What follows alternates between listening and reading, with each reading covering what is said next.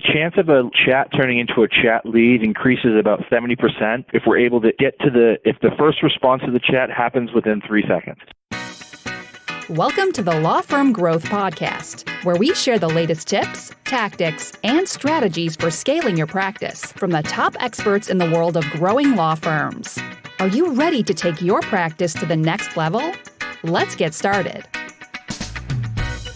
Hi, everybody. Welcome to another episode of the Case Fuel podcast. I'm your host, Jan Roos, and today we're here with Ted DeBettencourt, who's the co-founder of Juvo Leads. So I'm sure some of you may have seen the prevalence of chatbots on some of the larger firms that might be in your market. And Ted's actually developed a really interesting solution that's taking a lot of the advantages that some people are getting while eliminating some of the problems that people may or may not be aware of by implementing these chat solutions. Regardless, he is an expert on all things related to chat. So I'm really excited to see what we can get from this interview with Ted. Thanks, Ted. Thanks for having me on. How's it going today? Good. Getting into it, would you mind telling us a little bit about your origin story, how you came to focusing on this in your business? Sure. Juvo Leads started, me and my co-founder, Nick. We've been working with a lot of different law firms and looking at the existing chat solutions out there, and we saw we didn't really like any of the ones that existed. And also, we kind of didn't like the idea of chat overall, to be perfectly honest, and we said, let's come up with a technology to beat chat. So we developed this cool little piece of software that basically a visitor comes to the website, types their phone number onto their desktop or mobile device, and the phone would ring both at the law firm, and then the law firm would press, a number on their phone, like press 1, and then the person would be contacted. And our whole goal was to beat chat in terms of try to get more leads for the website. And we tried about 25 different variations of the graphic of the UX, and every time we lost to chat. So, eventually we realized, okay, well, you can't beat chat. Chat always wins, so let's figure out how to make chat better. So then we kind of pivoted, so to speak, and turned around and became what we like to think is kind of the best chat solution out there for law firms. Gotcha. Yeah. So if you can't beat him, join him, I guess. Yeah, that was kind of our take. So basically, I'm sure we have some listeners. Most of the people on this podcast probably have a website. So in terms of the people that are seeing the best benefit for this, what do you think is the point at which people should really start to focus on chat as a solution?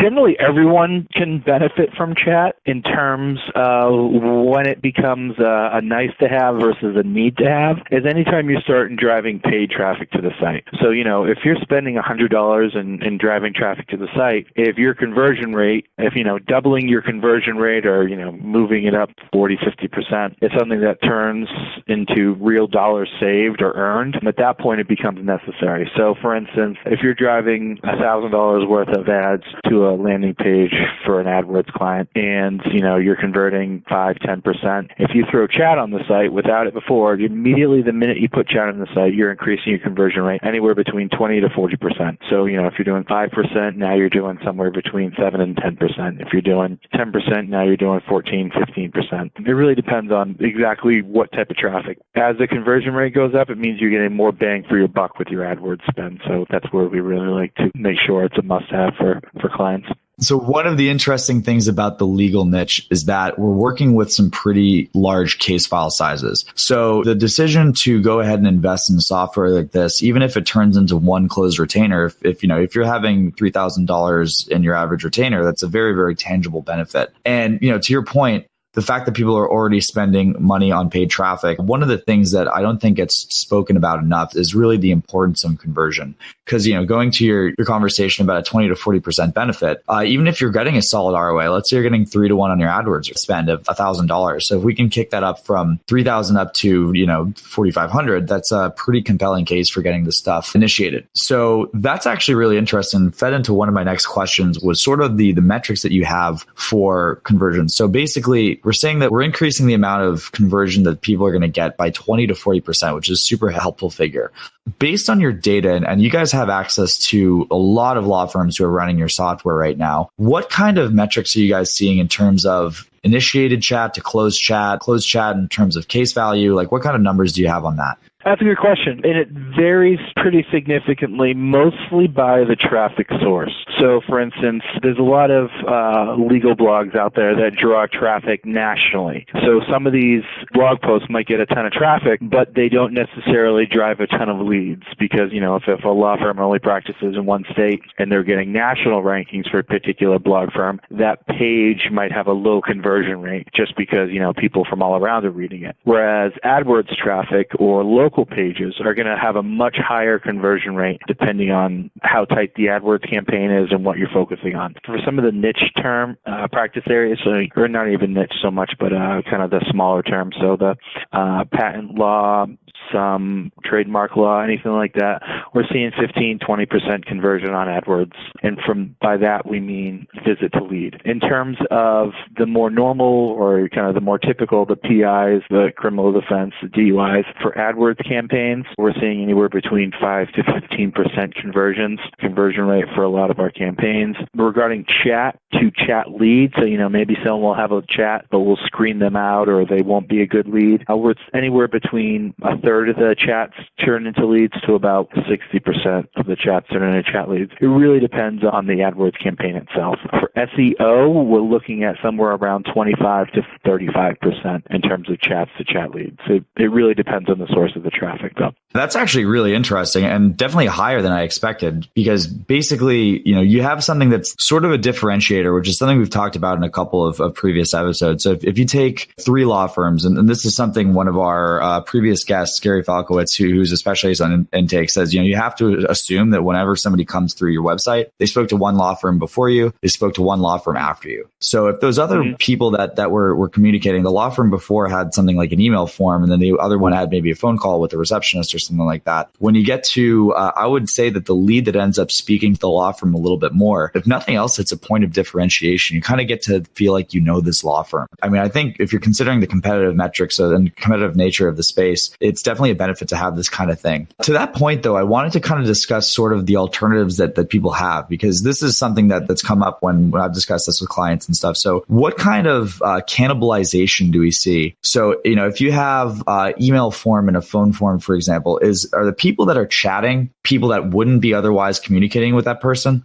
And that was actually one of our biggest fears when we started. We said, all right, well, if we put chat on the site, before chat, 10 people were to contact the law firm in any given month, and then we put chat on the site, won't it just be, 8 people chatting with the site and 2 people calling or some variation? We're afraid it wouldn't be any net gain. To kind of our surprise, and we were actually pretty happy to see this, is that we didn't really see a lot of cannibalization. We lost somewhere between 5 to 10% of the leads we attributed were cannibalized. But if we looked at the total amount of leads that came in, keeping the ad spend the same and the SEO traffic relatively the same, we did see a generally a large jump in leads that came in. So it wasn't a cannibalization issue as much as we had feared. But that is a legit concern. But all the data we have says it just doesn't add up. So, if you would have 10 calls one month, maybe you'll have 8 calls and 2 of those calls will now be chats, but we'll still have enough additional chat leads come in to more than make up for the 2 that were cannibalized that way. That's a really interesting point. And one of the things that this kind of comes into with the sort of marketing that we do is this question between AdWords versus SEO. And the answer that we've kind of come to it, and it's actually sort of a similar thing. We found that pay-per-click traffic will cannibalize the SEO traffic to a pretty, actually eerily similar amount, about 5 to 10%. But it's sort of the way that we've kind of explained this out, and I think this carries to the chat versus call or email conversation as well, is that ultimately you're talking about a lot of different people that could be visiting your site, and different people have different preferences. I'm sure everyone's got a friend that's so scared that they wouldn't even order pizza if they picked up the phone, let alone talk to a lawyer, and they don't understand what the financial ramifications of that might be if people aren't communicating the whole free consultation thing well. But basically, you might have somebody that doesn't really have, because they're shy, maybe it's because they're a little bit earlier in the sequence, maybe it's just the type of person that they are. They might not be willing to jump on the phone or set up an email to jump on the phone with somebody right away, but it's a lower touch place. So ultimately, I think the reason that this cannibalization doesn't occur is because you're essentially reaching a different group of people that are visiting your site. Yeah, I definitely think so. I couldn't agree with you more. It's a different group of people, and the same people that would call up are going to be a different type, a lead or person or website visitor than the one that might just have a quick question. So for us, a lot of the times with the chat, the person will have a quick question or hey, I have this legal question. How do I get it figured out? And from that, our job is to take that question, determine if that person would be a good lead, and if so, then turn that chat into a lead. So often that would mean, hey, that's a great question. We'd be happy to set you up with a free consultation if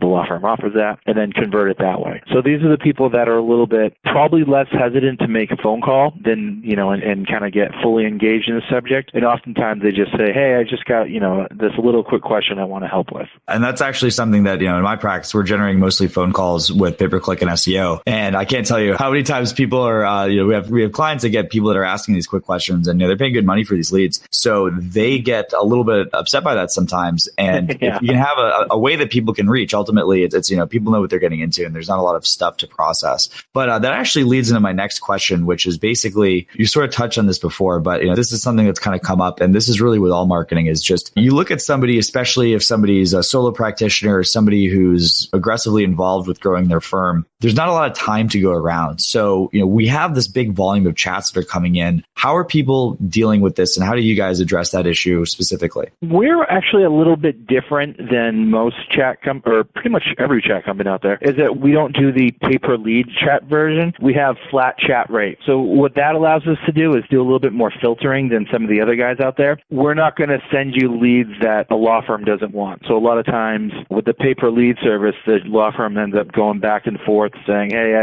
this isn't really a lead, this is just a question, and there's issues there. With us, that doesn't happen because we have a set number of chats that come in, and that's how our pricing is based. So with that said, we're able to filter a little bit better. So if a law firm says, we only want leads that follow, these 5 questions. Was there an accident if it's PI? Was there an accident? Was somebody injured? Was it in the state? How serious was the injury? And based on the criteria that each law firm sets up, then we're able to take that as a qualification and pass on the lead only if it meets certain criteria. And then basically the way that you're doing this is it all of a sudden the law firm installs a software, then they have to manage it personally. You guys are doing more of a managed service, right? Yeah, we're fully hosted chat. So basically you just take a little piece of code, put it on your site, fill out a questionnaire that we ask to learn more about your law firm, and then you have 24/7 coverage. So anytime someone comes on the site and starts asking a question to one of our chat agents, we provide the chat agents to fully answer all those questions. So it's a fully managed service, so the law firm doesn't have any more work on their end. And that's super important too, because a couple of reasons. One is that, we also went over in that previous episode with Gary Falkowitz,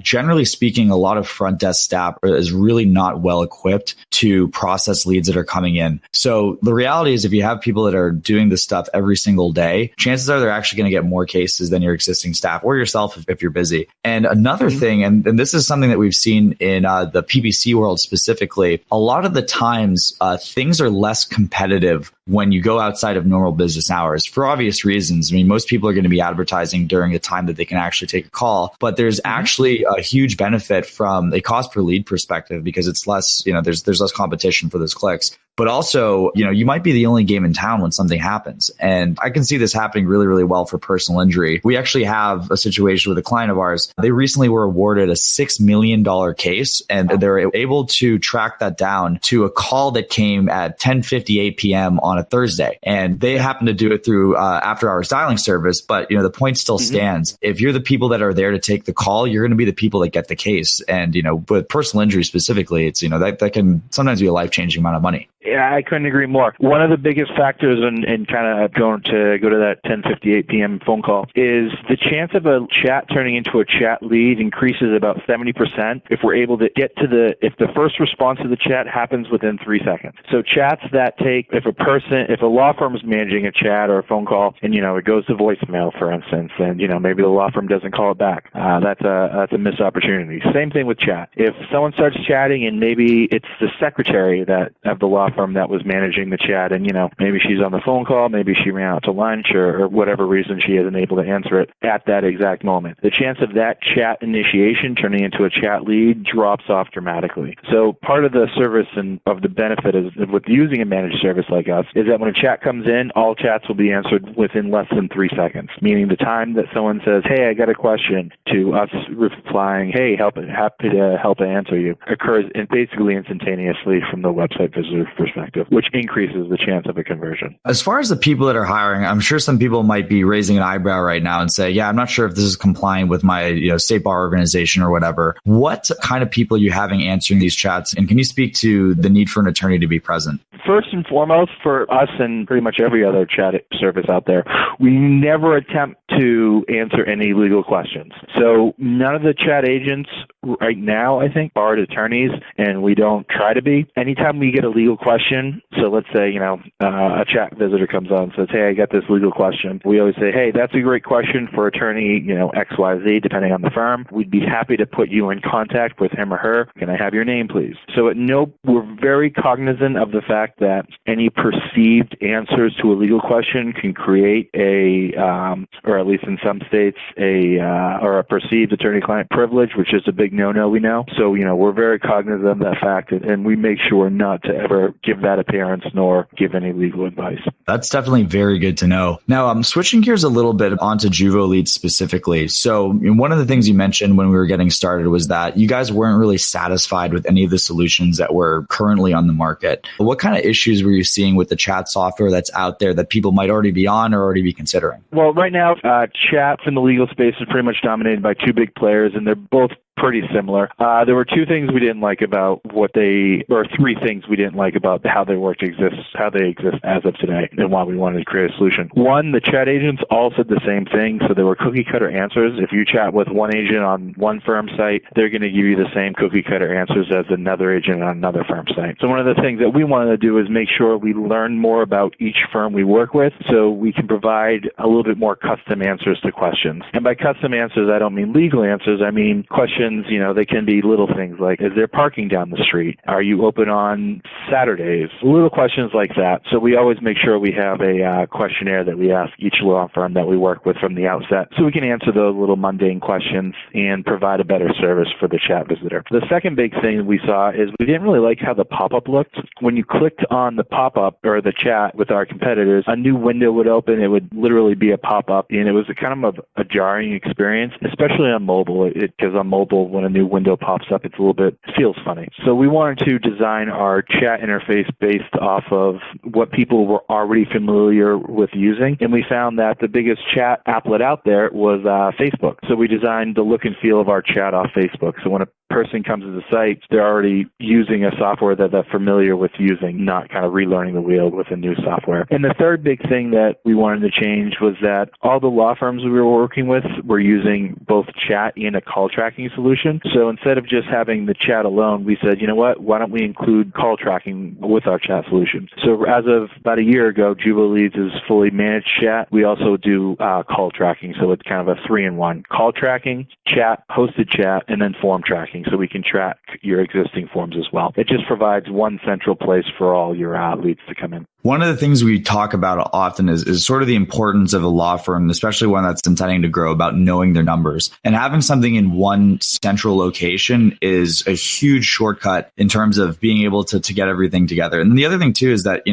we can talk about stuff like what's a chat lead compared to a phone lead. And there's probably some broad answers out there based on a lot of data, but ultimately it's going to be, the firm's positioning, the firm's market, what kind of practice area they're in. And that's ultimately a sort of unique situation. So basically, people are going to have the data to go ahead and look at what is actually working for their law firm, and being able to have all that in one place is super important.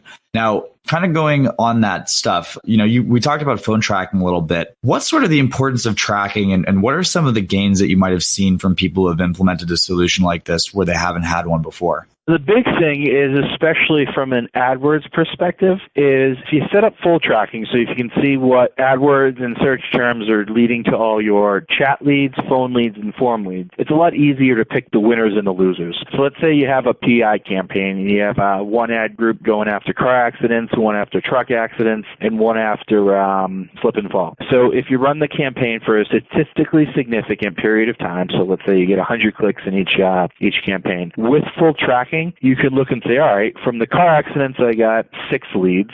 From the slip and fall, I got 7. But from the truck accidents, I got 12 leads total. And here are the top 3 terms within that ad group, which really were the ones that drove the leads. So once you know that data, then you can reallocate your budget for the next period of time and only put your budget into the winners and remove the losers from the campaign. Because for every campaign, there's a lot of terms that drive clicks but aren't driving leads. So once you have identified them, you can cut those out from future campaigns and only spend money on the terms that bring leads in. That's super important. And I'm constantly shocked. So we do a lot of audits here at Case Fuel of existing AdWords accounts. You would be shocked to see the kind of spend that people are putting out there without actually having any sort of metrics on what's actually delivering the leads. And then, to your point, that's really how you end up getting better results in the next month than you do this month. It's if you don't really know what you're doing, it's like trying to drive a car with no rear view window and, an opaque windshield, Yeah.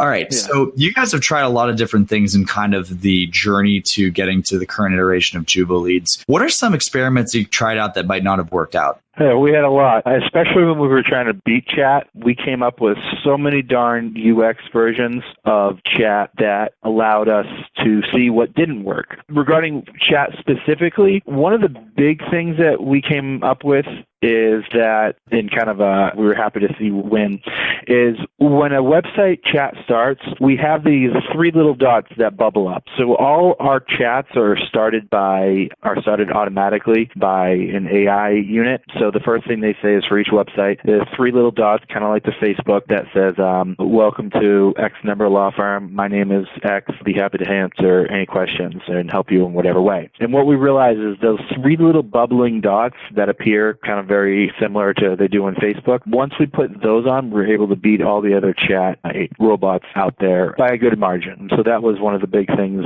that we saw. Before that, every test we had, we were about the same, and sometimes a little worse, sometimes a little better than our competitors. But those 3 little bouncing dots were some of the ones that really helped us.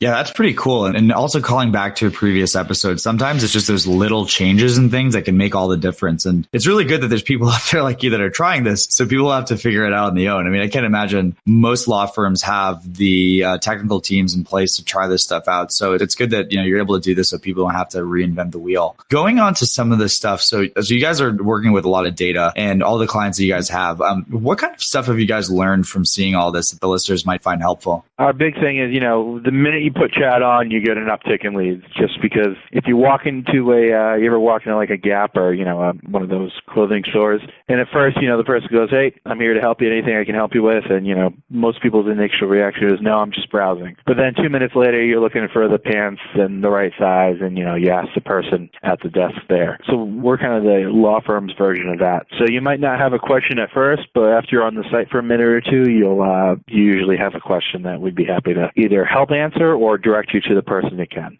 So, chat up front adds value. 2, tracking everything. So if you're not tracking it, you don't know what's winning. You're kind of throwing darts against the wall and aren't really able to keep score. So whether you use us or another solution or, any solution out there, if you can't track your spend to your leads, you're kind of wasting your time, because if you can't figure out what's working, you can't reallocate your budget based on your success. We're not the only tracking solution out there, obviously. There are other ones, but if you're not using us, at least have some way to be able to track, to be able to tell exactly what's working and what's not. So that's kind of our 2 big things.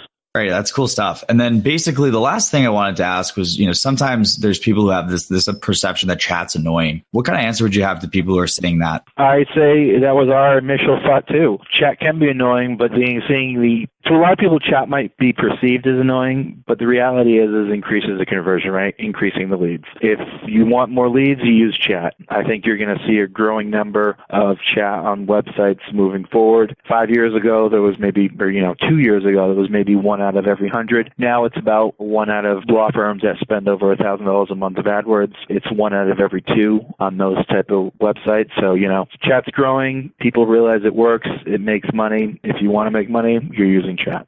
Well, there you said it. So look, if you're spending money on your marketing your law firm, if you're committed to growing, this is something that you can do to increase the amount of leads that you're getting by 20 to 40%. And the thing is that a lot of times this is really a huge force multiplier because it takes spend that you're already doing and gets you more out of it. So, in my mind, it's almost a no-brainer for people who are really committed to doing this to look into a solution, whether it's Juvo Leads or one of these other ones. But you know where our heart is based on this episode.